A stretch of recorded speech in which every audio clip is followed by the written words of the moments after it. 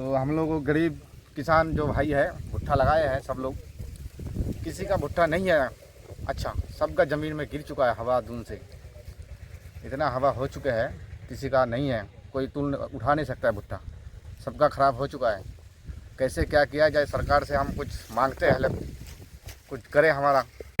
আমাদের এখানে ঝড় বৃষ্টি যে হয়েছে যেভাবে, সেই যে আমাদের দুর্দশা এখানকার আমাদের কৃষকরা, যেমন আলু চাষেই বলেন, আলু চাষ করে যে কৃষকরা এত ক্ষতিগ্রস্ত হয়েছে, কত মানুষ যে এখানে আত্মহত্যার পথ বেছে নেবে তার কোনো মানে পরিসীমা নেই।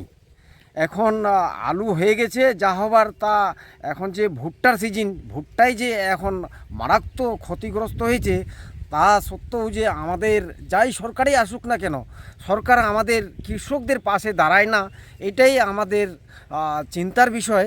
আমরা চাইছি যে এসওসির পক্ষ থেকে আমরা সবাইকে একত্রিত করে যেন সরকারের উপরে একটা আমরা দাবি করতে পারি যে কৃষক কীভাবে বাঁচবে তার যেন একটা পদ্ধতি বেছে নেওয়া যায়, তার জন্য আমি কৃষকের কাছে অনুরোধ করব। এইটুকু আমার বক্তব্য। আজকে আমরা আমাদের এলাকায় ভুট্টা জমিতে এসেছি।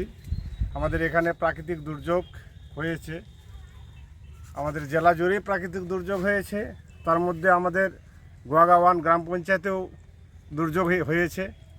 এই দুর্যোগে আমরা গোয়াগাওয়ান পঞ্চায়েতের বনগাঁও গ্রামে কিছু ভুট্টা খেতে এসেছিলাম। যেখানে দেখছি যে অনেকের ভুট্টা বেশিরভাগই কৃষকের জমিতে মিশে গেছে। একদিকে কৃষক চড়া সুদে ঋণ নিয়ে ভুট্টা চাষ করেছে, এদিকে প্রাকৃতিক দুর্যোগে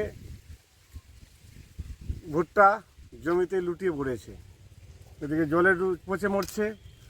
এর আগেও একবার অতি বর্ষণে আমাদের একটু নিচু জমিগুলোতে, সামান্য নিচু জমিতে জল ধরে ভুট্টাগুলো নষ্ট হয়ে গেছে, একবারে শেষ।